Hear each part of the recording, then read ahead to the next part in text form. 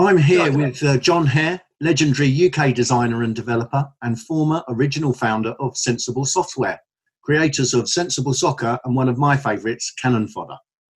His career spans 34 years in the games business. His first title was published on the ZX81 in 1985, and he has delivered on every platform since. He has had 10 number ones over the last 30 years, and one of his games, Whizball, was voted Game of the Decade in 1995. He's now the owner of Tower Studios, where he's just about to release Sociable Soccer on Apple Arcade. Jon is a mine of know-how and experience. He knows about making 2D and 3D games, building and running studios, ever-changing platforms and genres, negotiating deals and collecting royalties. So I'm glad to have the opportunity to speak with him today and hearing him share his valuable knowledge with us. So welcome, Jon. It's great to have you here. Yeah, nice to be here, Simon. Thank you. I'll dive straight in. Okay. That's okay. What issues are you facing at the moment? Well, I mean, it's pretty much been the same. I mean, for me, it's like about 34, 35 years now. It's always the same, you know. It just never sits still. So you're adapting to technical change. You're adapting to market change, the way the games go to market, the way people pay for games. You're adapting to different financial models, how you get paid, how you pay people you work with, and how your staff have to work and adapt, you know, not staff stroke partners, whoever you're working with, you know. So you're always, you know, at the moment we're just making a game for Apple Arcade right now, the first one, obviously, you know, a new game. And so we're now learning how Apple Arcade works and all the nuances of that. So, you know, we signed up relatively late to the party with Apple Arcade. So the game, 4 years working on the game, you get to the last few months and it's great. We've got to deal with Apple. It's great. But now we've got to change bits to work on that platform. And they're little things that it always happens. You know, it's always happened. You know, the last major game I did, it was a premium game and we had to change it to free to play at the end. Or if you can go back as long as you want in history, there's always bits. So really it's kind of always changing, you know? Yeah, absolutely. And are you using a publisher for this title? Yeah, we're very lucky. So you know, Sociable Soccer in itself is an interesting story. It's been a 4-year development cycle, as I said. I started working with it. I had the idea for it about 10 years ago, actually. I was doing a lot of consulting on different football games for different people, you know, between my various different versions of Sensible Soccer I worked with over my life, which is a lot of different versions. And I had the idea to do a new football game in a certain way. And I met this team by chance in Helsinki. I was at a Pocket Gamer event and I was actually singing karaoke on the stage with my mate. And I walked off and these people were there, these Finnish guys, now the Combat Breaker team I work with. And they just set up a team, but they were all experienced kind of Finnish game veterans. So I was very lucky, bumped into the right guys, and 4 years later we've got a deal, which sounds easy, but you know, I know we kicked it off with a Kickstarter. You know, there's a question about that. So that was quite interesting. I hadn't had any experience of Kickstarter before, neither had they. None of us had. You know, there's basically 5 of us at the start then, and we've grown to about 10, 11 now. And we're like, okay, we've never done Kickstarter before. We want to do a football game. And we're like, I think it was October, around about October, we decided to really go and do this. I had the chat with them in September. Then one of the guys just sent me a demo and said, look what I knocked up yesterday. And it's like, oh, that's interesting. They're you know, obviously keen. And so we got a deal together. And then we decided to go Kickstarter. Actually, I had done a Kickstarter before on the Sensible Software book that we did. So we did that. That was which is slightly different. And we quickly learned the reason why books were better than games, because the budget we asked for was 300,000 for, I think that was for Xbox, PlayStation and PC, which is a lot of money for Kickstarter, but not a lot of money for the development of a free platform game, you know. And whereas the book was I think under 50 grand, and it's about the right size for Kickstarter. We didn't really appreciate the difference, and because of the timing and Christmas being there and Thanksgiving and all that, we basically had to either go the first week in November with no build up at all because there's a new story, or wait until January. And we decided just to get going, we'd rather just kick it off and just run with it, you know, and take a chance. And I was advised by some people about Kickstarters that basically you've got to get, I think it was 25% of your money within the first 2 or 3 days, or it basically never ever happens. There was some kind of numbers like this. And one day in, I think it was early November. Yeah, one day in, that, you know, you remember that that club in Paris that got bombed a few years ago? Well, we launched it, I think it was the day before or the same day. So what happened was the publicity we were meant to do, I had interviews lined up with Sky actually and stuff like that, but everything was getting understandably shelved for this event because it was it was a disaster. For us though, it did mean that 1 or 2 days that was vital, that we needed, wasn't suitable for this kind of like, who cares about a new football game coming out? Something important to happen. But that was kind of, that timing just knocked it off a little bit at the start for that day when all the new stuff we were meant to have didn't happen. And then just the writing was on the wall. It was too much money, blah, blah, blah. So we after a week and a half, nearly 2 weeks, we just pulled it because we knew it was going to fail, basically. Which wasn't nice, but it was the right thing to do. And then we soldiered on. So then I spoke to lots to give you an idea, talking about business, spoke to lots and lots and lots of companies. Now, what's important when you're setting the game up is, where are you guys with your lives and your finances before you know this yourself, before you start the company, before you start this next venture? Where are you? Well, my reality has been like this. I've done good consulting. So I worked in Sensible Software. This is a real summary in a nutshell. Set up a company, Sensible Software, as a 19-year-old. Financially, we had 5 or 6 years. We had a few hit games, some number one games, but never really made much money. Just enough to tick over, nothing special, survival money, if you like. It wasn't until Sensible Soccer came out in '92, which was 6 years into the company, we actually had a game which made us proper money. We can go into this in more detail later. But then we had that, and then after that we had Cannon Fodder, then we had Sensible World of Soccer and Cannon Fodder 2 and Sensible Golf. And these 5 games made us good money. And then we signed a big deal in '95 on the back of our newfound fame, and we're the flavour of the month. And then we signed a £3 million deal with Warner, who just set up a software division. Now, this was now proper money. Up front, I'm talking now, yeah? So we did, but the royalties for Sensible Software and Cannon Fodder kept pouring in. And at the time, I basically did what anyone would do in that situation. Well, anyone who wants to spend their money relatively sensibly would do. Paid off the mortgage, maxed out the pension, and then put some away so I couldn't just blow it all, basically, Brilliant. And pretty much I've been living off of that money. Okay, I've been consulting it. So from '99 we started the company. Got a bit of money, not as much as people might think, but a bit of money out of that. And then I've done some very well paid consulting with Codemasters and other bits of consulting along the way, and various bits and bobs. Set up a mobile company, which Tower started as.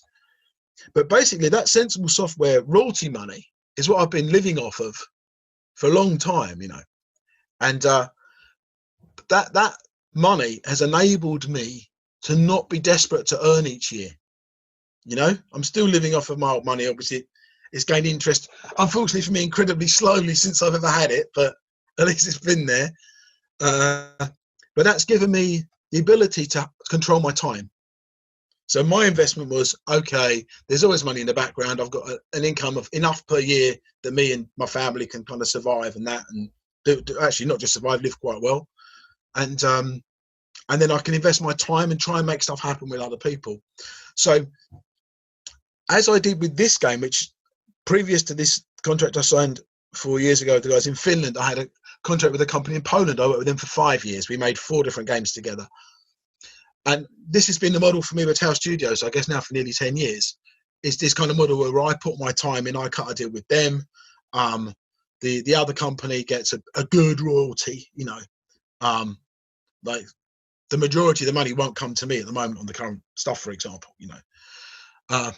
And then I will control certain things. The other guys will handle all the development, things like QA, servers, any marketing we have to do. We kind of normally goes in the middle somewhere. And my job is to control the game design, work with the team on that kind of like creative director kind of. To sum it up, I say like a film director to people who don't know the games industry. It's a bit like that kind of job, you know what I mean. But also to do the business, so to talk to all the different publishers and to look at any internal contracts we have or any third parties we might work with, like a company doing our server or our QA or that kind of stuff. And in this particular game, Sociable Soccer, I had my first meeting on it business-wise in November of 2015. So I was actually out there trying to look for a good deal for the game for 2.5 years before we really got anywhere. So we were having deals and I was turning them down because they were like not good enough, you know. It's either the money up front wasn't right or the royalties weren't right or the terms weren't right, or, you know. Some really good interest, some great companies, but actually getting anything on the table solid that we both parties wanted was hard. And that's like going to loads of game conferences. Predominantly for me, it would be GDC, Gamescom, the one that's in London every January, the different places there. That's my main 3 per year because they're quite nicely spaced out, and then the odd bits and bobs here and there. But I spoke to 100 companies. You know, if I look at my thing of the companies we talked to about the game, showed them the game, had discussions, and for various reasons for companies, it might be football is very risky. It's already dominated by some very big titles, you know, obviously FIFA, Pro Evo, these kind of games. So they're worried about that. They might be worried about, we need to buy licenses to make it work. Whatever the reasons are, or the game's cross-platform, we don't know how to handle it, or, you know, these kind of things. But eventually we stumbled on some good people. So about nearly a year and a half, no, almost 2 years ago now, I was introduced to a Chinese company by Ukie, and they had an interest to get football games into the Chinese market. So the first deal we signed up on this was just in China with the Chinese company, giving us connection into China Mobile, who are pretty big. They're like a big provider there. So that enabled us to survive the last, about last year, a year and a half, because we signed the deal, and I think it was around about May of last year. But then this GDC, I spoke to an American company who I've been speaking to on and off for the last 2 or 3 years. And this time they said that they were aware of the football game. I showed them the game again, demoed it to them at GDC in the W Hotel, if you've been there. And many times, yeah. Yeah, exactly, mate. And on those couches, you know, and stuck me iPad on the little table there, and got out a couple of remote controllers, showed them you can play it remote, you can play it with touchscreen, you can play device to device, all these different ways of playing it. And they were like, this is spot on. We've got a good idea. You know, we think we can do something with your game. We're like, great. And at this time, we didn't have a right or know anything about Apple Arcade at all. But this American publisher called Rogue, this company, they said, you know, we think we can make something happen, and we think that maybe, you know, are you guys interested in Apple Arcade? And we said, yeah, why not? You know. So basically, through their sort of like their work and their connections in that world out there, you know, we've got a very good working relationship now with Apple Arcade, you know, which is Apple more based in the States. They're a California-based company. Interestingly, also on the Chinese side, we're working with a small, medium-sized Chinese publisher out there who gets us into China Mobile, which is a big, you know, they've got China Mobile. Have got 100 million people who watch football streaming on their mobile phones every time there's a football match. So we found a model by fluke where we work with a company in a country, like in this case, America predominantly. Apple Arcade is our predominant thing right now, but that pre-existing one in China as well. And in both cases, those companies based in those countries have given us access to these big powerhouses in China and the States that I don't think we could ever have gone to directly, not in such a good way. So the advantage for me has been I've done business in games since 1985, made a zillion mistakes,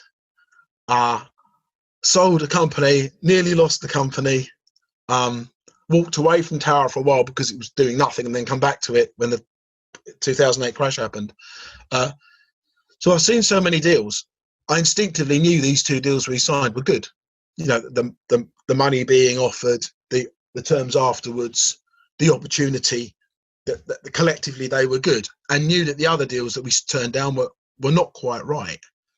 And what are some of the negotiations that you've learned over the years? Well, there's just so many. I mean, there's so many basic ones. If I go back to the start, so contract number 1 was Parallax with Ocean. Actually, contract very number 1 was a game called Sod Off the Sorcerer. I just did some art for that, but Twister, which was Mark Cale's game. You know Mark. So Mark, System 3 were doing a game through a company called LT Software in Basildon, and me and my mate Chris had just started working there. He was a programmer, I was an artist, and they asked us to do the game, and they gave us pretty much free license to do design on it. And me and Chris were mates from school. We were playing in a band together for years anyway. We were still playing in a band together at that point. So we were used to making stuff together. So we made Twister, and Mark just wanted like this woman with big boobs flying around. That was a bit like Tron. I think that was pre-Tomb Raider. And so we made that, and that was all right. But we found out that the company we were working for was taking 85% of the money, and we were doing all of the work on that game. These guys did nothing. They just did the deal. It's fair enough. But so we decided to set Sensible Software up. And then the very first deal we did was for Parallax, which was our first Sensible Software game with the Commodore 64 in 1986. We took a train up to Manchester to see Ocean Software, so like Gary Bracey, John Woods, those people there. And we got offered a contract the first day we went there. This is the 80s. Like, we like your game, and we think we want you to sit down with the big boss. So me and Chris, who were both, I think we were both 20 at the time, went to sit with John Woods, who's like this big, scary Mancunian businessman to us, you know. And John said, "My lads, tell me you've got a really good game. Here's the contract. Do you want to sign it?" Wow. And it was like for $5,000 up front on a 15% royalty. First day, man, it was brilliant. So we never saw a penny of royalties. Like, every royalty statement said 0 at the bottom from them. But we didn't learn our lesson, and we signed a second game shortly afterwards, which was Whizball. And when Whizball also had 0 at the bottom of the royalty statements, but a slightly better advance, we realised maybe we should look at some other companies. And so we started to learn that lesson. So the first lesson was, make sure the guys that are going to pay you royalties actually do pay. That was the first lesson we learned, you know. And then we signed with Palace Software with Shoot 'em Up Construction Kit, which was a little bit of a step up. I think it was about 12 or 15 grand up front, I think, from memory. And maybe 20% royalties. Basically, the whole game was just like nudging everything up all the time. So, and then we signed, and that was our first number 1 game, Shoot 'em Up Construction Kit. And then we signed Microprose Soccer with Microprose. That was 30 grand. I remember that was 30 grand and 25%, maybe 30%. But they were a nightmare to work with. This was an American company that was difficult. And, Microprose was it was the UK based, it was the problem, not the Americans in their case. And they were messing us around a lot. And then we also, in the interim, signed an adventure game called Touchstone with Origin in the States, and they did all the Ultima games. And that was the first time we learned the lesson that you can sign a game, but we never got through their green light. It wasn't quite right, and it bumbled on for about a year and a bit, I think, and moved from Commodore 64 to PC, and eventually got binned. And that kind of taught us about sometimes things don't work out. It's the first one we had which didn't really work out. And we did a couple of little games for BT Software and Houston and companies like that to, a bit of pocket money, a bit of fun, a couple of weeks rather than 9 months. And then, so all the time we're kind of learning. And then we went back to Paris and did international 3D tennis, which for us was like our crossover from the Commodore 64 and the 8-bit systems to the 16-bit systems and Amiga and ST. And at that time, of course, it was new and exciting, as you remember, all these extra colors and stuff. And so we did that. And that was a bit too arty, that game. It was a bit of a tech experiment, really. And maybe didn't do quite as well as we wanted. But we were innovating, using commentary, using the music from the BBC series, and starting to mould our work with real world stuff a little bit more. So we were learning, rather than just doing like shoot 'em up games or stuff like that, to start to use real world stuff. In this case, it was the first time I tried to recreate a real world sport. This was tennis, by doing all the player names and all the roster of players and everything like that, and prize money. And then we did a game called Megalomania, which was our first bespoke 16-bit game, which was an early God game. It was actually pretty good. It used speech quite a lot. I used music a lot. Lovely game. Would have been great to have it online, because at this time, we're still in 91. There's no online, doesn't exist yet from a gaming perspective. And then what happened? Yeah, so Megalomania now. Now, Megalomania is interesting. So we've been hedging our bets between publishers, and we decided to go and put all our eggs in one basket, pretty much, with Mirasoft, who were very dominant in the early 90s. So we had Megalomania signed up, and then we signed up Megalomania 2, and we signed up 2 other games. And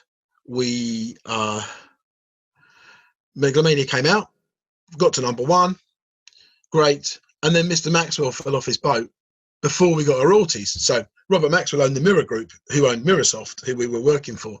And basically, the Mirror Group was a big media group of newspapers and different kinds of media, of which games was a small part of what they did. And when Robert Maxwell basically disappeared, died, but maybe just disappeared, effectively the whole group collapsed. So no one got pensions who'd been working with this company for years. So I actually knew some people in that boat, I think. And so us as like young lads who just made a computer game that got to number 1 2 months ago were like really bottom end of the queue. But for us, it actually meant that we lost 75% of our turnover that year. We lost 75 grand. I can't remember what the royalties were. Did you get the rights back? Did you protect your... Oh yeah, this is what happened. This was the lesson. So the lesson was, up to that point, we'd not really been using serious lawyers before Megalomania. And then at the end of it, we got called to the creditors meeting in Mirasoft. And there's a lot of software companies there. So like the Bitmap brothers were there, Vivid Image were there. What's Fergus's company called? It was HotGen, but he had a different name before then, didn't he? Yeah, exactly. Yeah. So Fergus is, I know the name anyway. It's escaped my memory. So we're all sitting there, and they're basically talking to us developers, saying, "Yeah, well, it's a pity the company's gone down, but these rights are now kind of like ours because you signed contracts on what we're going to do with it." And so this was a real eye opener to us. So now suddenly you've got lots of all developers all sitting in the same room together. And some people like Fergus pipe up and go, "Hang on, you can't do that," because he was a bit more legally savvy. And we start to learn from them. Is Probe was Fergus's company at the time. So we started to learn from these other companies how to do stuff, and we were all learning together. So this was quite an interesting time, because the upshot from this was we all got our rights back because we all collectively knew what each other were doing, but we all shared other information, like what kind of royalties you're getting and what kind of advances you're getting, and it kind of made us all club together a little bit more, you know. And some of the older guys going, yeah, you got to use lawyers to do this, blah, blah, blah, blah. Great. So we learnt a little bit more. So armed with the new information and our titles back, we went back out to the market to sell our titles again. So we realised that some people could get 50% royalties, for example. Some people could get like nearly 100 grand advances. You know, this is back in the early 90s. So we're like, okay, this is good. So we went to our bank manager and said, Mr. Bank Manager, here's the situation. We've got this game here and this game here. And we showed him 2 floppy disks, right? 2 old floppies. We think this is going to be really good. We just had a #1 game. Yes, we lost a bit of turnover from our Microsoft royalties going down, but don't worry. I know that we've lost 75% of our turnover, but it's going to be fine because these discs are going to get us out the hole. And the bank manager kind of saw, well, that disc is worth 25p and that disc is worth 25p. So what can I do for you boys, you know? But luckily, we managed to get deals signed soon for those 2 games. And one of those games was Sensible Soccer and the other one was Cannon Fodder. And what the bank manager didn't realise is that they actually were worth a lot of money, or turned out to be worth a lot of money.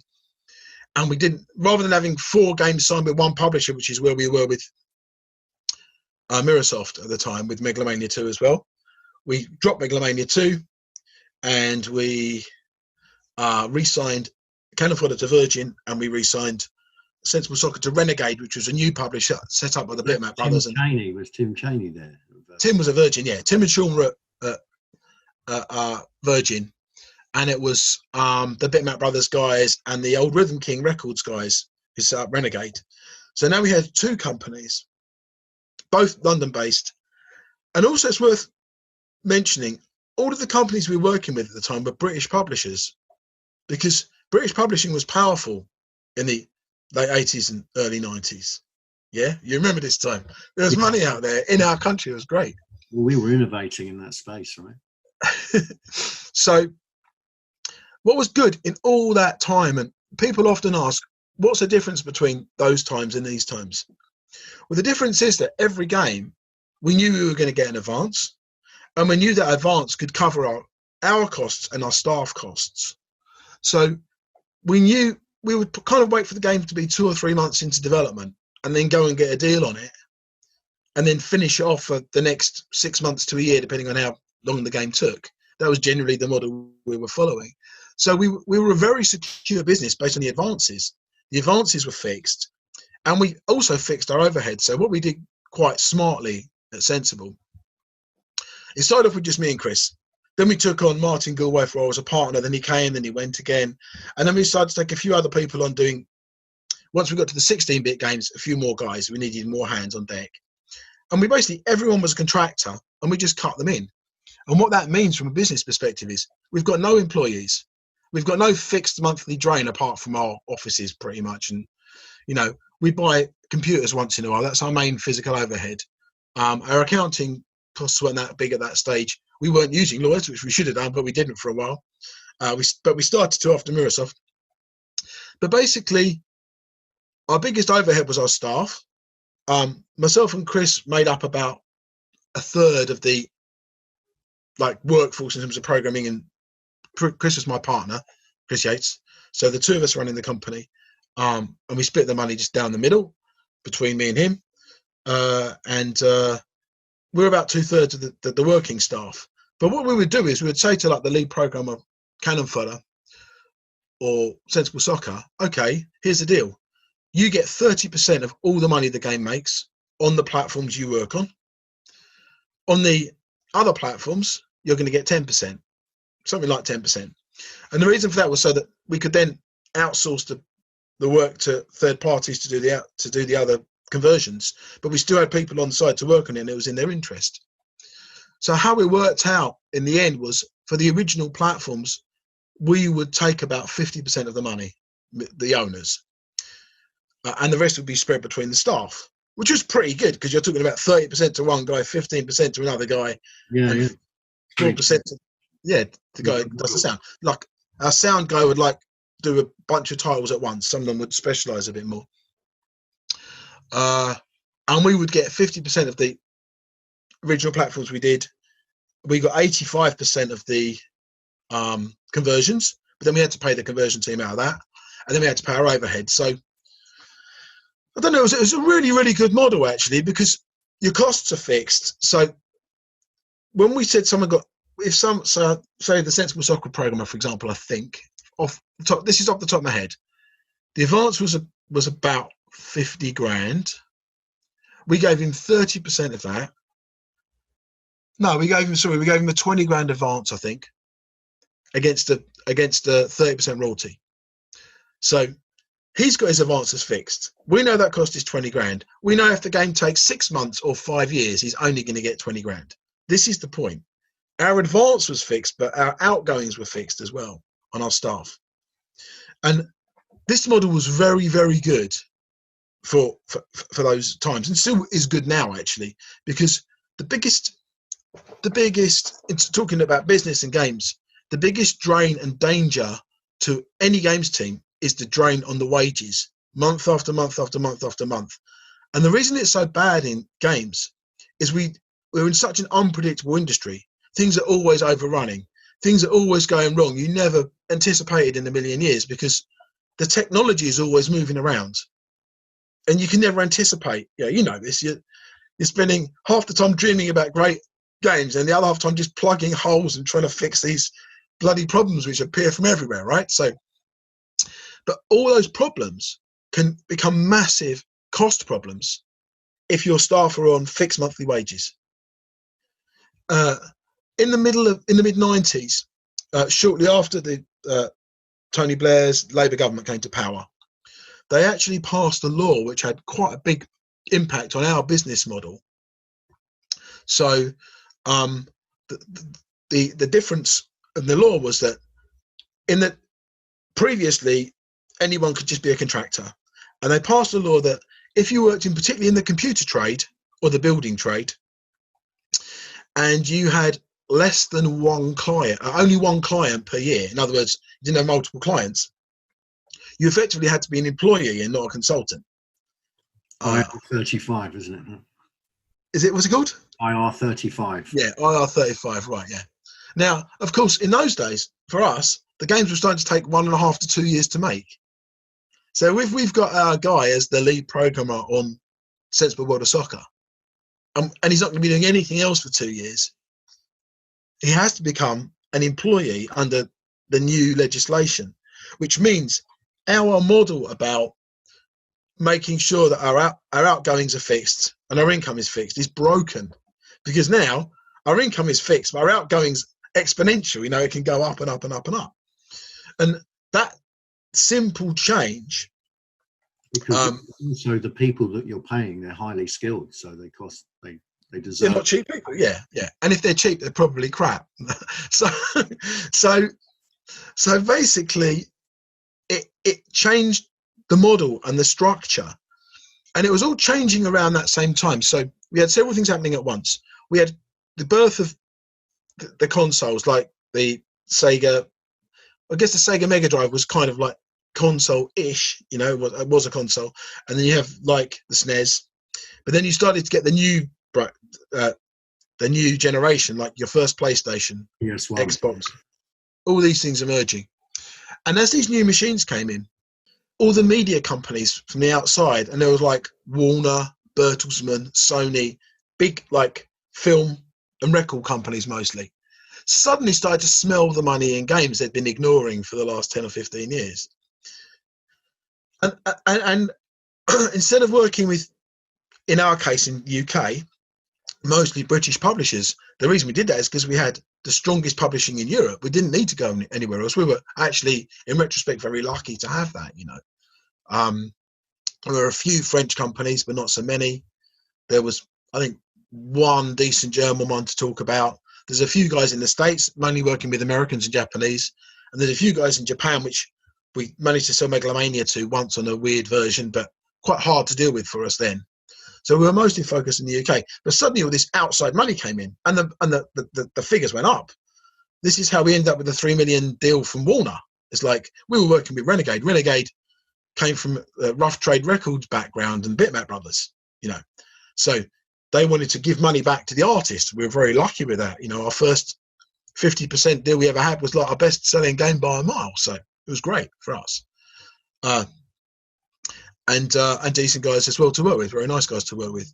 But then we had this different model, this mainly American model or Japanese model, you know, which was we're going to give you loads and loads of money, and we're going to want to take control and do things in a different way.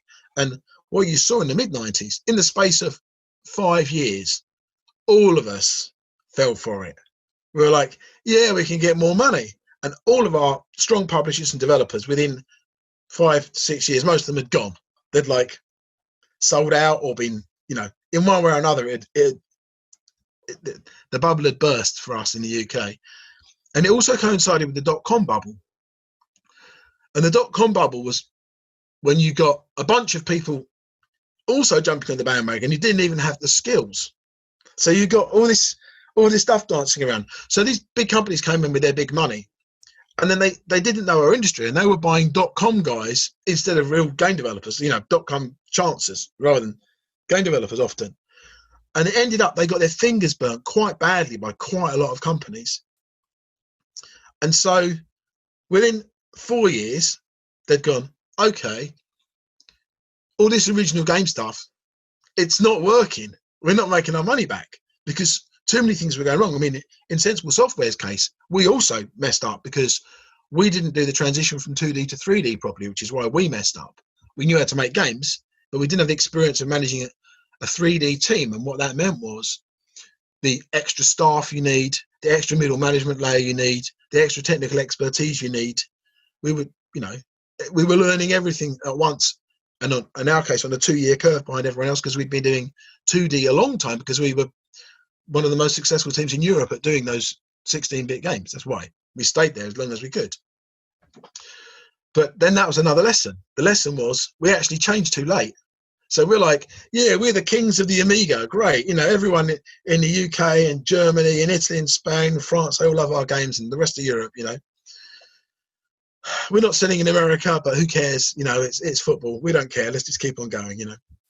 And then when we put our head up and it's like, Warner are going, right, we want to sign this amazing deal with you. So what happened actually was, in that really good era of Sensible, which is between 91 and 95, which was our golden era, we had Megalomania, which was good, but we had a problem with the company. We did WizKid, which was a follow-up to Wizball with Ocean, which was financially didn't make that much, which creatively was a great game to make, and it was a nice nod back to that. And we did like the guys at Ocean, despite the fact that the royalties were a little bit small. But what we really had was a really good position of both Virgin and Renegade as two different companies paying us good money. And what that means as a business is you haven't just got one source of income. Like if one of the companies dries up like Microsoft did in the suddenly, we're not dead. You know, we're surviving. We got two. But when we got to that next round of games, and when we were making a 3D version of Sensible Soccer, and we also had a game called Sex, Drugs and Rock and Roll, and a game called Have a Nice Day at that time, in the 90s. So Sex and Drugs and Rock and Roll was a graphic adventure game we wanted to make for years, actually. It's like a fun, anarchic kind of game. And Have a Nice Day was a fun, like, office politics game. And we were the flavour of the month, and we could call our tune, and we said, okay, we want £1 million a game then. If you want our football game, we want to sell you our other two creative games as well. Because we always tried to dance around like the creative stuff that we wanted to do with the bread and butter business stuff as well. But unfortunately for us, both Virgin and Warner, who had now bought Renegade, insisted they wanted all of our games. So both companies said we want all or nothing. And really, we were like, actually, you know what? We really like having both of you. But they thought we were cornered into a position we had to choose one or the other. And it was a very, very difficult choice because we were happy with both of them. But and in retrospect, perhaps if I'd had more experience, I'd have said, no, we're going to keep it separate. But we didn't. We caved and chose one, and we chose Warner. I think there was two reasons. I think the first reason was that we'd just done Sensible Golf with Virgin, which hadn't gone well, which was our fault, not Virgin's fault. But we'd overextended ourselves with that. And also we were getting much more royalties from Warner, from Renegade. We had to protect our income streams, yeah? And although Cannon Fodder was earning good money, Sensible Soccer was earning amazing money. So we had to go to protect that. And I went to a meeting with Tim and Sean at Virgin. And they were absolutely gutted. And Sean took him many, many years to forgive me. But I had to go there and tell them to their face, we're not going to do the deal with you. You know, we've got to choose one person and it's going to be the other guys. It was horrible. You know, these guys were great to work with. They're great partners of ours. Yeah, that was a lesson as well. You know, doing that, it's not nice. It's like sometimes when you have to sack someone, that's not nice either. I guess you've done that as well. These things aren't nice things, but you've got to do them. Yeah. I mean, if you don't, it ends up with everything collapsing, you know.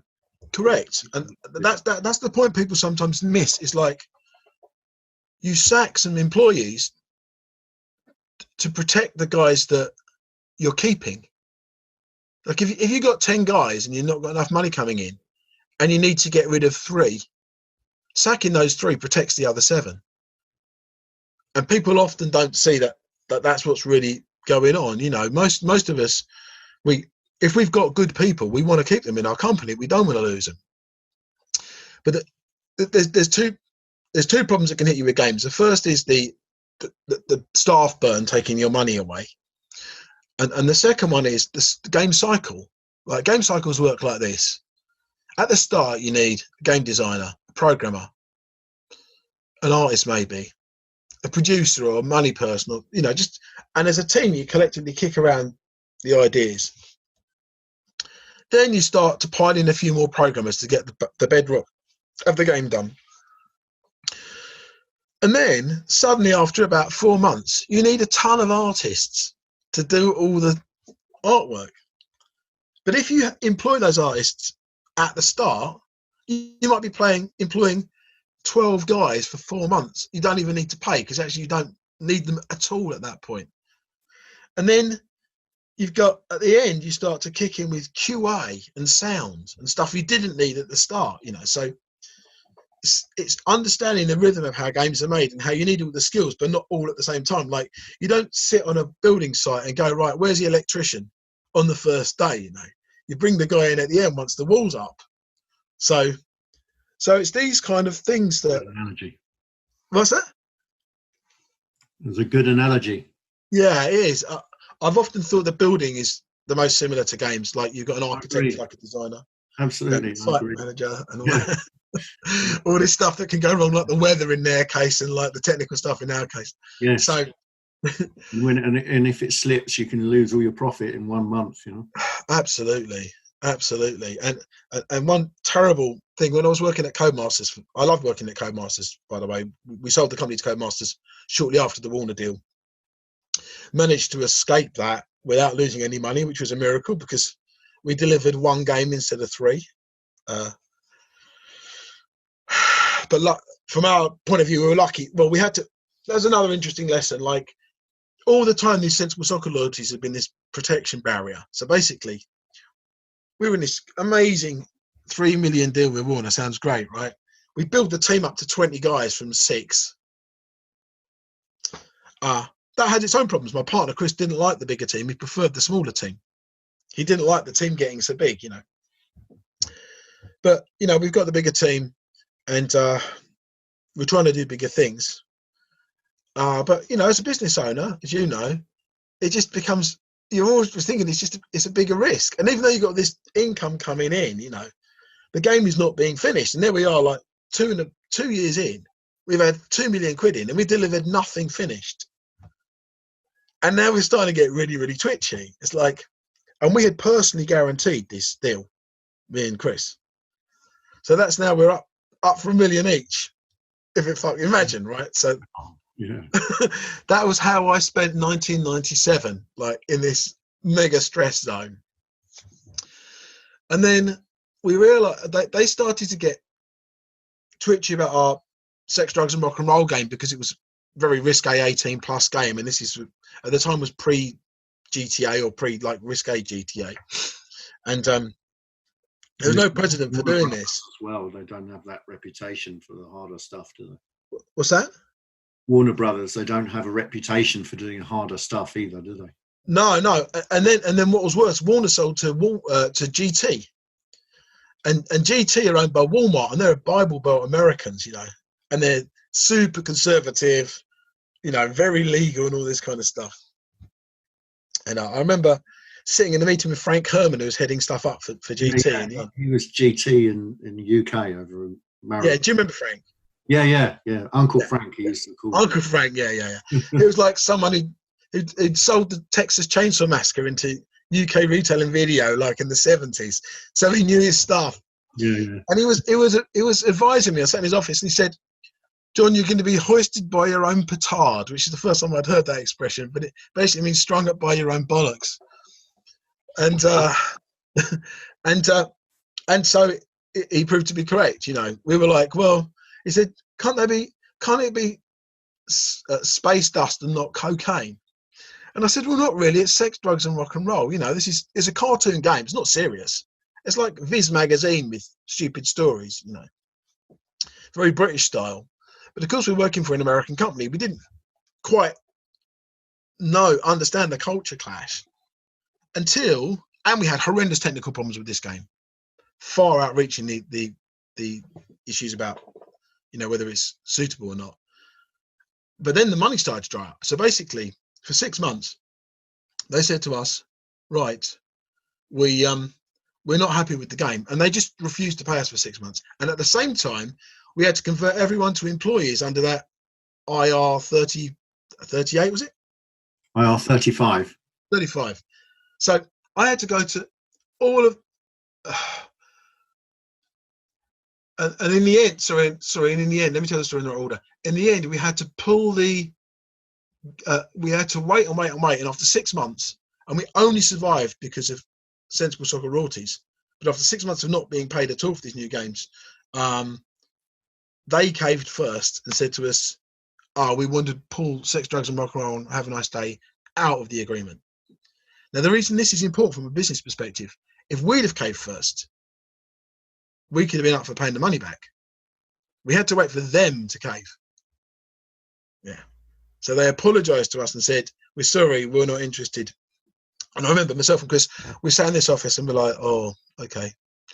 And then we went out, we walked down the road and we were jumping around and cheering because we'd escaped. Nightmare we'd made ourselves, And yeah, I mean, it was such a lesson. That's if you can imagine you spent at that point, we were in 97, so we 11 years in business together.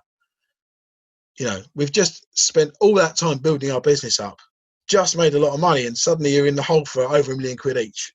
You can imagine what that feels like. Yeah, absolutely. Yeah. Yeah, we did. We definitely knew we never wanted to go back to that position ever again in our lives. And at the same time, I had to sit down with all our guys who worked for us who were great.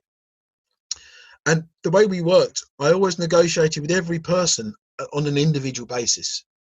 So people didn't really know what each other's deals were, because to me, that guy's worth that much and that guy's worth that much. And this guy wants weekly pay and no royalties. And this guy is into his royalties. And I tried to balance it so everyone got what they wanted, really.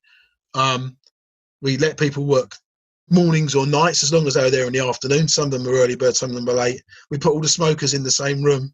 We just did stuff to make, put a pool table downstairs, just what would keep people there and want to be part of this. Like, it's not family's the wrong word, but we were like in a band together somehow. We tried to keep that feeling, like you're in this group. And yeah, so I had to sit down with the guys and after the games were pulled and say, right, here's the situation. We've got to try and resell this game. So we decided to keep Sex, Drugs and Rock and Roll going after it came out of the agreement. Ditch Have a Nice Day, but keep that going and try to resell it. And I had to say to the guys, look, we've got to terminate all your consultancy contracts, put you as employees under this new legislation. But I've got to warn you, there's a good chance you won't have a job in 6 months if we can't get a deal. So I had to deal with every single person individually on this basis and do the deal with their employment and explained to them the terms and the risk and stuff like that. And through that policy of dealing with people individually, it kind of worked. Everyone in the end was on board with it. You know, I don't think we had anyone they all understood the situation. They could see it unfolding in the office over the course of a year anyway. And yeah, eventually we did have to, after seeing 20 companies, we had one offer for the game. Funnily enough, it was from Virgin. But they could only offer us a deal for the UK because they couldn't sell it worldwide. And the UK money wasn't enough to cover us because we'd done a deal with Warner where if we got another deal, we had to pay them back some of the money, basically, which was fair, actually. And yeah, so we couldn't resell it. So we had to bin it, which was, see, I'm always thinking creatively and business-wise. So business-wise, it was great. Creatively, I'd put 4 years of my best creative work into sex, drugs, and rock and roll, which I had to throw in a bin to save the money. So you hit these points where your creative and financial minds. Have you still got it, Tom? What? Have you still got it? Maybe it's time to bring it back. Well, we could, but if you look at the graphics, they look extremely dated. They look like 1995 CGI done by someone who's never done it before. I think that ship has sailed for that game, but you know, I started to learn new lessons now. So after that point, we decided to sell the company because we talked to our accountants about the next step. Because basically, what's happening is the industry's changing around you. You know, we went from 6 guys as one of the best, most successful teams in Europe, having hit after hit after hit and making millions of pounds with not very much overheads at all, to 20 guys with more money up front but more risk, and put in this problem where we nearly lost a lot of money. And then the next step up, when I looked at the accountant to keep up with this, was like 80 staff to really tool up. And we're like, do we really want this? No. So we went to our bank manager and he gave us some good advice. I think we wanted to borrow something like £250,000. And the bank manager said, why the hell do you want to do that? You know, why? You don't need to do that. Why? And it made us think, you know, he said, I can do it if you want. You need to personally secure it, blah, blah, blah. But why do you want to do it? And I think luckily we listened to him. So we decided to sell the company. And the company we sold to was Codemasters because they were the company of the 20 we'd recently seen trying to resell Sensible Soccer, the sex, drugs, and rock and roll that we liked the most. So we went to them, sold them. We finished Sensible Soccer for GT. It wasn't very good, the 3D version. And that was that. And bit of luck, nearly lost contact with David Darling at Codemasters. Then I was on holiday with my wife in Rome. And in 1999, sitting in the bar at the hotel. And actually, I noticed this legs of this woman in this table next to me. And I was trying not to look, but you know, you're sitting there with your wife or your girlfriend and you're like just looking. And then I was looking at the guy she was with. And the guy she was with was David Darling. And by total fluke, we were on holiday at the same time in the same hotel in Rome. Wow. Yeah, that is a real wow. So we went over, said hello, sat down, had a chat and stuff, and some food and drinks. And the deal was signed in 3 weeks. Wow. That's extraordinary. Extraordinary luck. Story. Yeah, exactly. But it does happen, you know, like, do you remember Wanadu? Remember they came around? Yeah, I remember them, yeah. And they signed a deal for me. I took the game everywhere and I showed it to everyone and nobody wanted it. And I said to the boys, if we can't sign this, then we're going to have to bin it. Mm-hmm. And we'd spent, $100,000 on it maybe. And I was on at the ECTS, I think it was, and it was the last show on my road show. And I was on my way out the door and I saw the Wanadu stand and they had Dracula or something like that. And they were in the same genre. I was doing some survival horror stuff. Yeah. And I thought, well, I'll just show it to them and then see how it goes. And I thought, oh, no, I'm too tired. I've had enough. And I thought, no, I've got to give it. At least you can say you've done your best. Yeah. So I went and I showed it to them, and the biz dev guy wasn't there. And I thought, the last thing I want to do is try and explain it over the phone next week in pidgin French. But they gave me the biz dev guy's card, and he was an Englishman. He was a Francophile who was living out there. Yeah. And I phoned him the next week, and within a month, they gave us 1.6 million euros to do the game. There you go.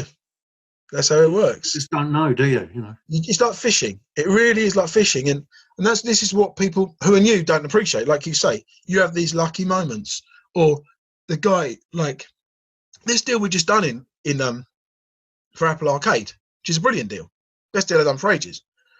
This came from another guy I met in another meeting at another ECTS 2 or 3 years ago. That has now led to this, you know. And this guy was in an entirely different company at the time. You never know where these leads, how they're going to connect. You never know who's going to be that connection that brings it home for you, do you? Yeah. You never know. Yeah. Yeah, I had a trainee designer that then went on to become the lead designer at Microsoft. Just don't know. Well, Phil Harrison, when I first met Phil, he was doing QA on Sensible Soccer. He was a QA guy. Well, isn't that brilliant? So, yeah, I mean, everyone comes from somewhere, and you never know how it's going to work. So, so after... What terms did you get for our sort of viewers? What are some of the details that you can talk about with the Codemasters deal? With the deal? Yeah, how to make sure you got, what you deserved and what you needed. Well, this whole thing is really interesting because, I've got a lot of mates who've been in the same situation with me, like yourself, running development companies, working out what to do when. Do you want to sell your company? When I was at Codemasters, they're always thinking, do we want to sell the company or not? Like you feel it around you. And we saw people like Bullfrog do an amazing deal. I can't remember what year it was. I think it might have been a year after us that we sold, or a year before or something. No, it was a year before after we did the Warner deal, I think. See, we did our big 3 million deal with Warner instead of selling the company, really. We could have sold the company at that point and probably got a lot more for it. And business-wise, you could argue we should have done, because the company was worth a lot more in 95 than it was in 99 with like one failed 3D game later. It's like, what have you guys done for the last few years? It's all easy with hindsight, though, isn't it? Well, of course it is. And, I've seen people who've said, I wish I'd have sold my company earlier. Some people say, I wish I'd have sold it later. I think Bullfrog did well, and they did well because Les Edgar, who worked with Peter Molyneux, Les was a proper business genius guy working in a games company, and not many of us had one of them. And, he you can see clearly the guys who did really good stuff. I mean, I've worked with some great people. Sean Brennan was a brilliant marketing guy at Virgin. Dan Thompson at Renegade was a brilliant business person. He's done it in records, he's done it in games, and he's done it in like online stuff. So everything he touches, he knows how to do it and get it right, and it's a certain headset to do that. Yeah, there's a guy called Kelly Sumner as well. Is that right? You probably know. Kelly. Yeah. I've never met him, but I understand he's one of those people. They just seem to be able to do everything right. They've got their ear to the floor. They're good, very good people. Normally, they're good at working with people. They know what the good deals are.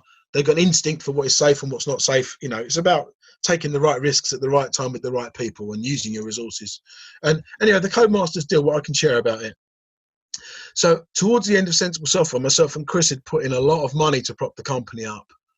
We were putting in round about 40 grand a month. Yeah, exactly. At the end. So the first thing we wanted was 40 grand a month back. That we, all the money that was owed to us back, which had mounted up. I can't remember the number, but quite a lot by the end. My number was 418,000. That's how much I paid. You were owed. It's my own. Yeah.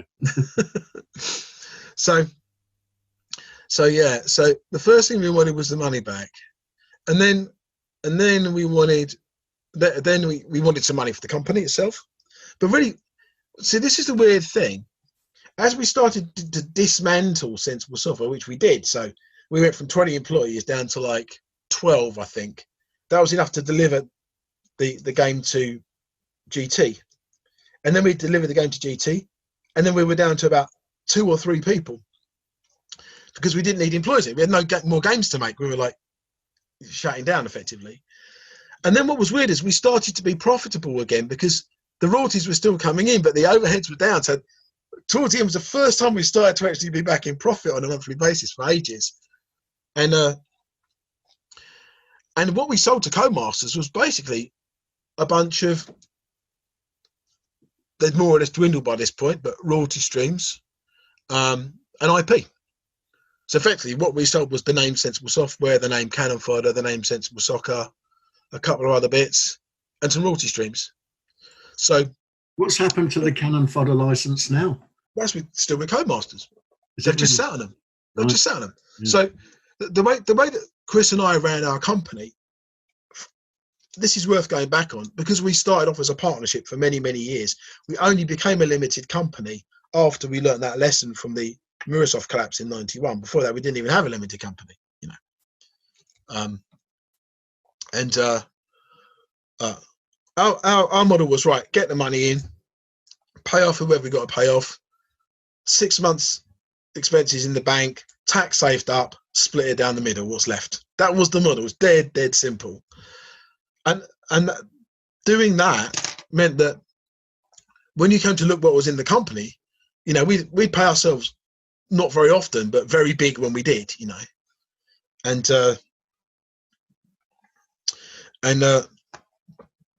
that way, when you looked at what was left in the company, it all had been taken out, really. The royalties had come in, we paid our guys on their 30% or whatever. We paid ourselves.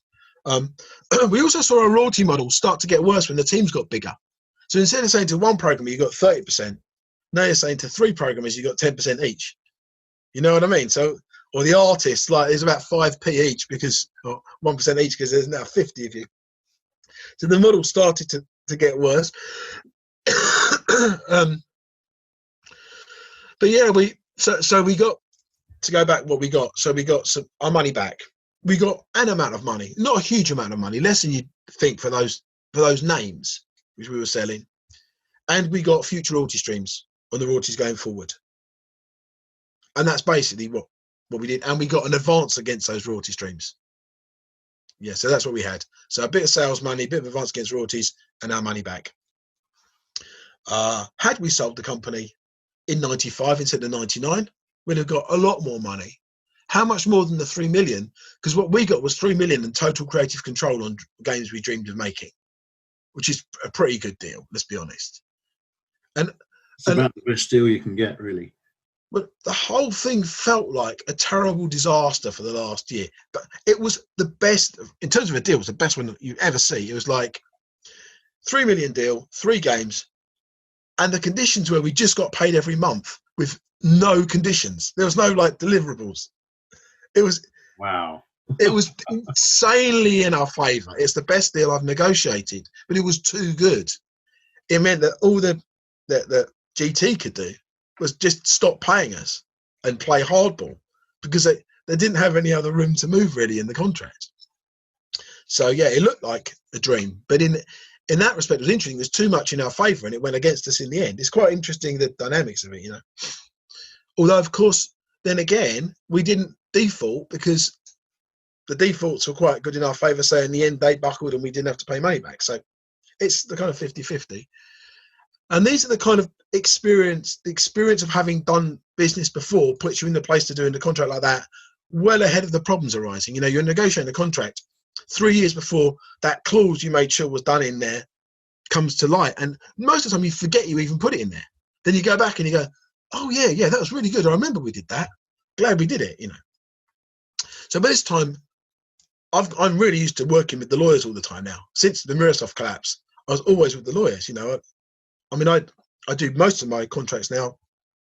Mostly, I can do stuff on my own with legal support when I need a real lawyer for real legal stuff. But, you know, I've learned it over a long period of time. It's a very useful skill to have. I think accounting wise, I'm not so good. I do the royalty accounts. I can add up, but no, I think it's rare somebody does the legal and the accounting stuff. I'm on the legal side if I had to pick one from the business sides.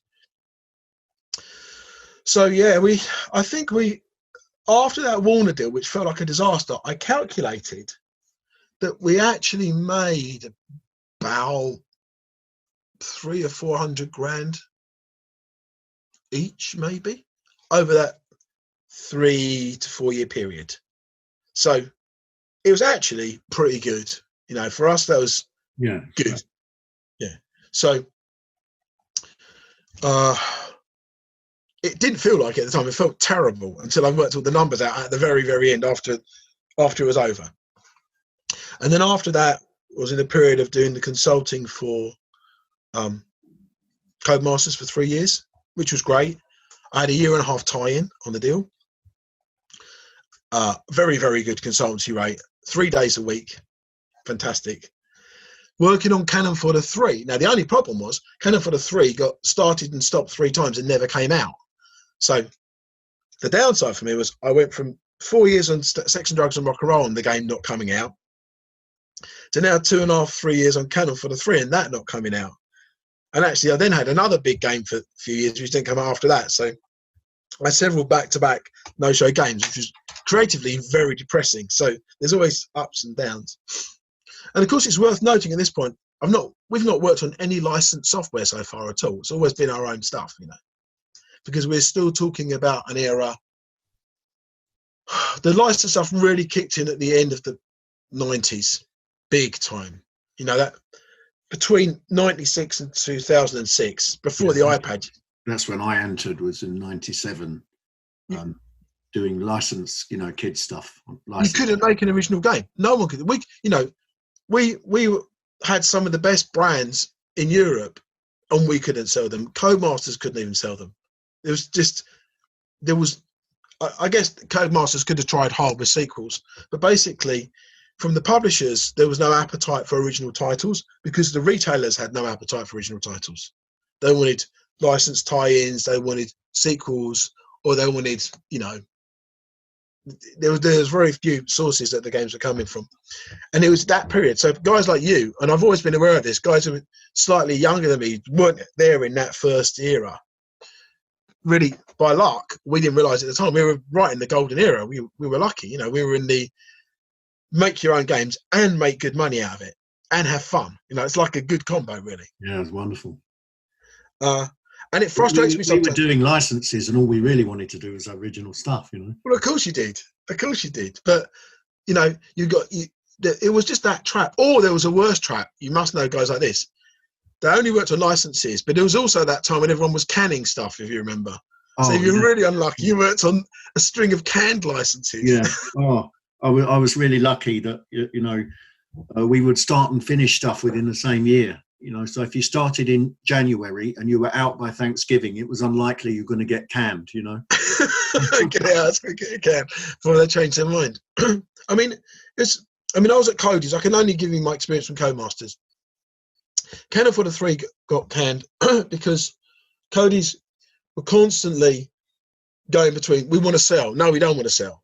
And in the time, and reorganizing internally. So during this period, when I'm not really running a development company now, so 86 to 99 I ran a development company, then I stopped. Now I do consulting for a while. So I'm at Codemasters, and we're working on Cannon Fodder 3. They gave us 8 or 9 brilliant programmers. Fantastic. We start working in it. It's really good. Then they go, you know what? These guys are so good. They're going to become our core team. So they just strip all the programming out of the team, put the game on the shelf for a while and go, just sit around and build the design out. So we build the design out. Then they go to me, okay, we need some help from you with Princess in Boxing. They're doing it down in Fulham. They had a studio down in Fulham at the time. So I go down there and work with a guy called Dave Vout in the studio down there. Really good, 30 guys, really nice size team, brilliant. We finished that boxing game. That's all right, Princess Nassim, when it comes out. I just came in right at the end to help with some control stuff out. They did most of the work. I'm not taking credit for that too much. Then they said, right, the next game's going to be Cannon Fodder. We're going to move Cannon Fodder to the Fulham studio. So me and Dave are like, great, because we're getting on really well. The producer and designer working together. We got a great team of guys. This is going to be great. And then within 6 months, Codemasters are like, there's a snag. You know, we want to generate a bit of cash, and we own that building in Fulham, and we want to sell it. So they sold the building. The whole team disappears, and the game is like shelved again, the second time. And then the third time they tried to resurrect it back in Warwickshire, where the head office is for Cody's. And that kind of hit the wall, and that kind of died, and you just have to accept it. And it was the first realization, when not being in control of a company, that you can't control what lives and what dies. You know, you're much more at the whim of the people working around you. And so that was quite hard to take. But I was paid really well. And then after that, we were in 2002. And then I did Mike Tyson. I did Mike Tyson boxing with them, with the lads up, the Falcus brothers up in Middlesbrough. Atomic Planet, those guys. So that was fun. And then I stopped. I think it was 2002. I stopped. Because I hadn't really not worked from 1985 to 2002. I'd never had a real break. I mean, I had holidays, but I never had a real break. So I watched the entire World Cup on telly. It was brilliant. Every game. It's my celebration. and then I started. What's that? Who do you support? This is a little mascot my daughter made years ago. Maybe you can see it. Oh, Canaries. Canaries, yeah. Oh, really? Yeah, we could do with a few of our injured players back. But, yeah. Yeah, you started out quite well. Well, I'm not going to make excuses, but our top 2 goalkeepers, our top 2 defensive midfielders, and 3 of our 4 centre-backs are all injured at the moment at the same time. So basically, we've got no centre to the team at all. Yeah. And that's a lot of the problem. And also, we're learning that some of these guys we're playing against are pretty good. You know, it's all very good to beat Man City, but these other teams like Palace and West Ham are pretty useful too. You know, so yeah. It's good to have you. So anyway, good to have you back in the Premier League. Yeah. Which team are you? I'm an Arsenal fan. You're Arsenal. Yeah, I was trying to remember if you're Arsenal or Man United. I normally have a bit of a memory for it. Yeah. It's like they're up the road, you know. So now I'm learning to do consulting stuff, and so I left Codemasters and I thought, right, I'll try some stuff. So I started doing consulting. I was kind of like, I had money. I wasn't worried about money at all. You know, I've got good money, and I wanted to just do something to see really, to experiment. I'd not had this time before, and I took on some teams, some quite small teams actually, to help them with their business, trying to get them deals, and help them with their design, to get the designs in shape. But of course, this is all in that period that you're talking about where you couldn't sell an original game. So now I'm traipsing around trying to sell other people's original games, some really, really good ones, you know, that I really love. I'm just looking, hang on a second. This is an example of one. So I worked with this team on a game called Virtual TV, which was about filming dinosaurs in the wild, and you were a documentary maker, and you had to film the dinosaurs for a documentary without getting eaten. So we did a game like that. Couldn't sell that. Took it all the way to Japan. This team told this, I think it was Square Enix out there, said we really love the game, but it's too original, and we've never seen a game like this, so we can't quote you on it. So no. And then we made this game. This is Fugbucker. This is about someone going around space blasting insects in spaceships. So I started doing this stuff and experimenting with other teams and actually really enjoying it. But of course, it wasn't making any money. I was just basically traveling around trying to sell stuff no one wanted to buy. I worked with a couple of teams up here in Cambridge, doing stuff as well. That was harder work. And then in 2004, we started off Tower Studios. So Tower Studios was set up as a mobile company, the old mobiles, the old Nokia S40s and that. And funnily enough, the first contract we got was with Kuju Wireless, and they wanted us to do Sensible Soccer and Cannon Fodder on mobile. So Fantastic. yeah, so I did them again. Actually, they're really, really good versions. People don't remember them; they're really good. But we did another original game. It's sometimes a real opportunity, I find, when the platform changes like that. So basically, you get a second chance to do everything that went well before, but on a new platform. Oh, absolutely. I mean, I've done 2D to 3D or PC to mobile. Yeah, exactly. I mean, I've done a fair bit of that in this period of time, and that was good. But we were making this original Crazy Golf game as well, and for some reason, I think the programmer wasn't up to it, but that didn't come out. So I was kind of frustrated because yet again, I do the conversions fine, but the original game's still not coming out. You know, like I'm getting itchy feet now. I've not done an original game since Sensible Golf, which was terrible in '96 by this point, because you know Sensible Soccer 3D was like a really bad conversion of Sensible Soccer with 3D. And then so we did that for a couple of years, but we realised there was no money in mobile games. It was just license fund. It was even more brutal than the console side, wasn't it? Yeah, I mean, most people I know are like spending $4 to get back $2. So in those days, when games was 2 or 3% of the money Orange was making, and those companies, and they really treated game developers like dirt. And we were used to being, you know, Tower Studios was me and Mike Montgomery and John Phillips from the Bitmap Brothers. So combined, we're all used to being treated like gods, you know. Yeah. And suddenly we're treated like shit, and we're like, hang on, we don't like this. You know, I mean, fair enough, it teaches you a lesson, but you know, it didn't feel very nice. And so we stopped doing that, and we'll continue to do consulting. So then I went for this period of doing some consulting. So I worked for a company called Nikitova in Ukraine, and this was interesting. So I was working out in Ukraine, and they took me on to kind of be like a guy to go and hunt down business and contracts for them, and to help them execute them to kind of production stroke design leadership in the office in Kiev. They were actually a very big outsourcing company. So that game development, they had 30 people in a company of 200 who did game development. So it was a small department, you know. And that was interesting for me. So now I'm commissioning all these license deals. Like we did M&M's Adventure, we did Casper the Friendly Ghost, we did Showtime Boxing. It was this kind of thing. I did Mike Tyson Boxing in the middle. I told you about that. Yeah. You're like on the other side of the table there. Yeah, you're sitting on the other side of the table. So now you're talking to people, bringing the licenses in.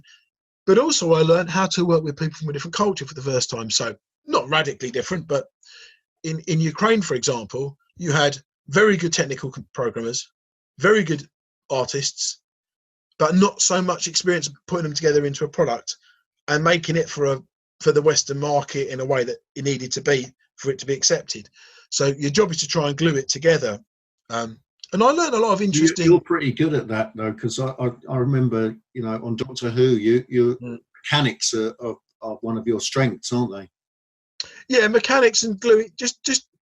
I'm pretty good at how stuff glues together. Also, I'm pretty good at gluing the business together with the game parts and exactly how that works. So working with those, and we were working on the Wii. When did we do Doctor Who? What year was it? Oh gosh, 2010 was it? Yeah, it might have been 2010. Yeah. Right. Okay. So yeah, I did my first Wii game with them. Maybe 2009. Yeah, that sounds about right.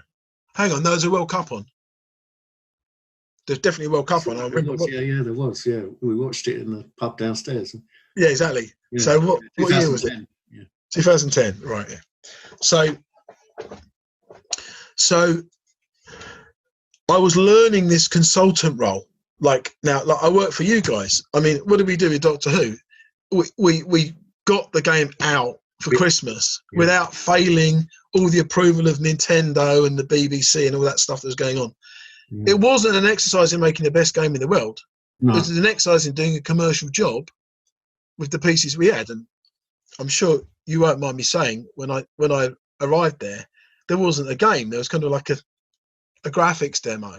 Yeah, it was a 3D walkthrough, wasn't it? It was a thing, yeah. I mean, and this is another interesting thing of people learning about the business. You know, the mistake there, and I had exactly the same mistake in the M&M's Adventure game I did in Ukraine. The same mistake. The problem is letting the level designer be too powerful in the team.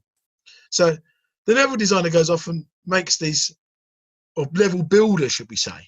He's just building worlds, like building massive rooms. In Doctor Who, he'd made a great big spaceship. In our M&M's game, he'd made this big factory. Yeah. And it's like, has anyone thought what they... The trouble is, because it's a quick thing to do as well. Yeah, exactly. They can build it in a week, you know. So they've got the whole thing, but there's no bloody game in it. It's like, so why is this room so bloody big when it's a tutorial and it needs to be narrow so that we know you're going to go from one thing to the other? You don't want a big round room for a tutorial level, you know, these kind of things. So the M&M's game was terrible. It's like, it was meant to be like Mario, where you go around collecting M&M's instead of coins, but it just turned out like this bad learning experience. The Showtime boxing was a bit better, but the way we managed the Wii controls wasn't great. It was the old Wii that was quite slow, and boxing's very fast. And we were trying to, and it didn't really work well. The Casper game I did over in Ukraine was really, really good. Little DS game. It was beautiful with great art. So each game was different, you know. But it taught me about working with licenses. So then by that time I'd done Prince Nassim plus Mike Tyson plus Showtime boxing. So I'd done 3 boxing games to add to all the football games I'd done. I also worked on Football Superstars, which was an MMO football game, which was a bit of a strange combo.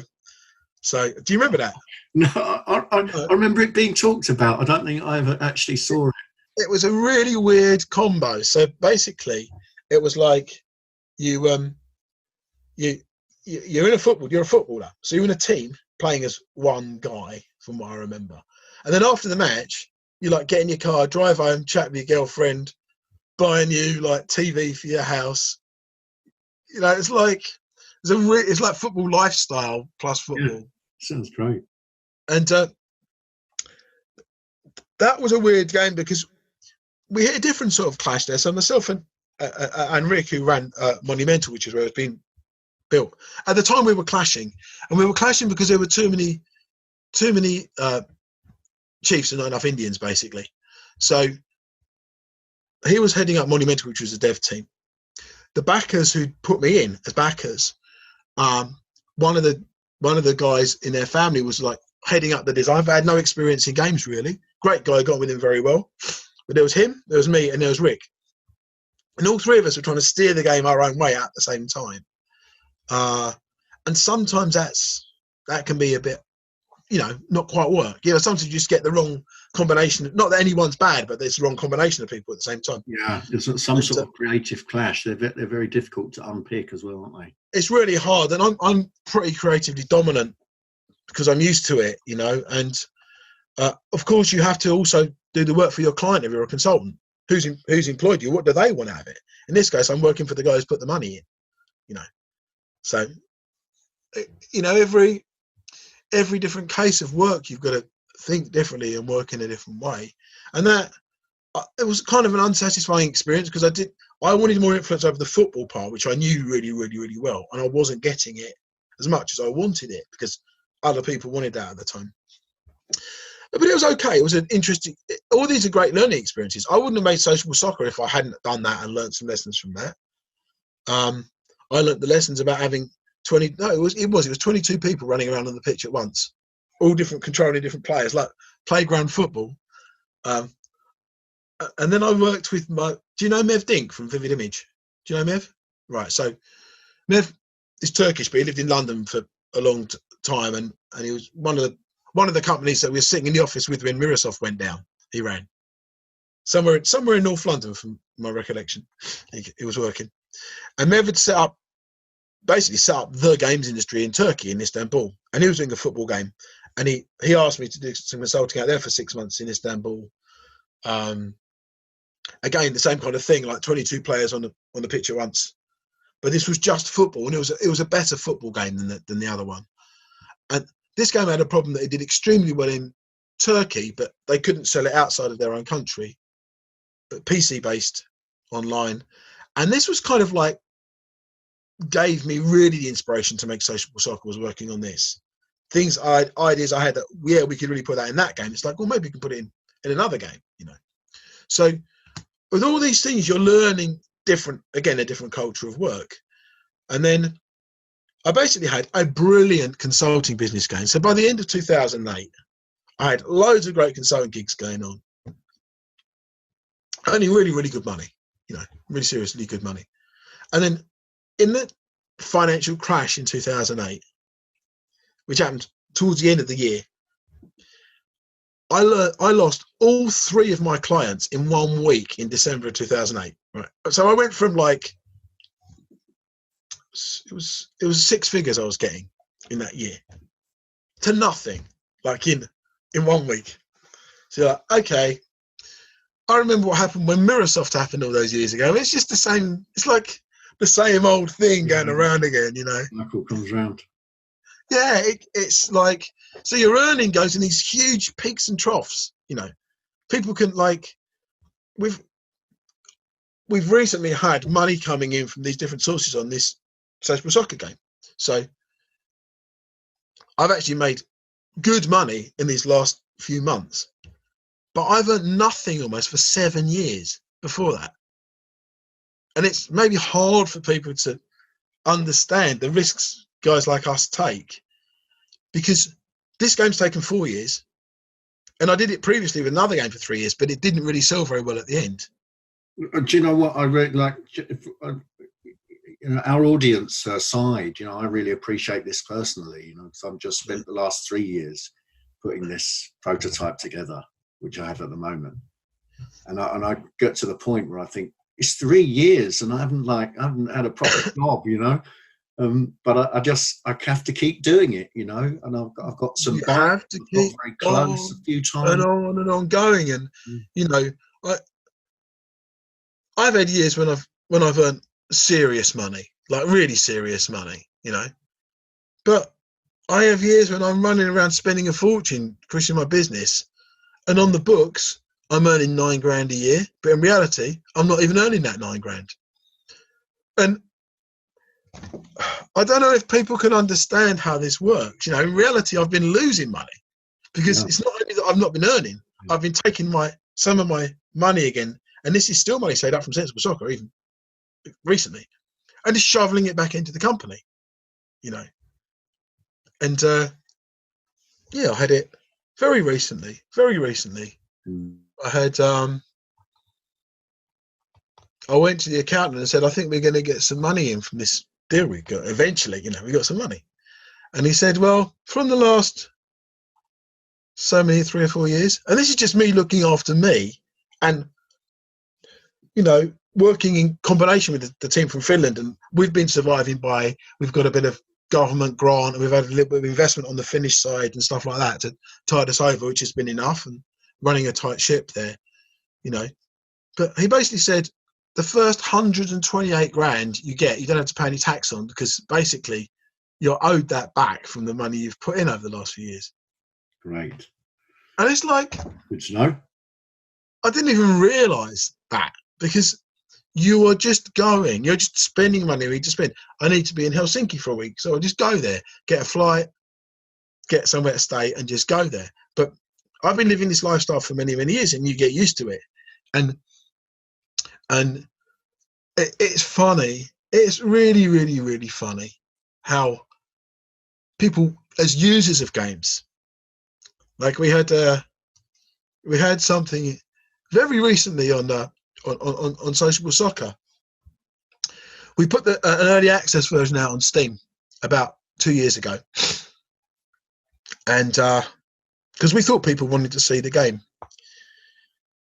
and then the reason we stopped updating is because we were hitting serious problems on the basically we need to get the online play working together, and we were hitting serious technical problems with it, and at the time. And then we got this deal with these Chinese guys who were mobile focused. So we started focusing on the mobile more, because it's a cross-platform game.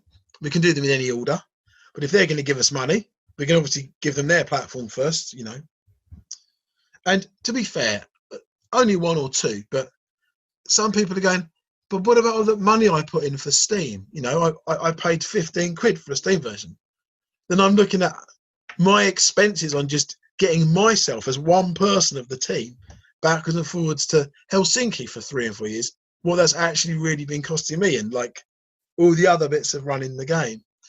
And I think that people really don't understand how much money we spend and risk we take.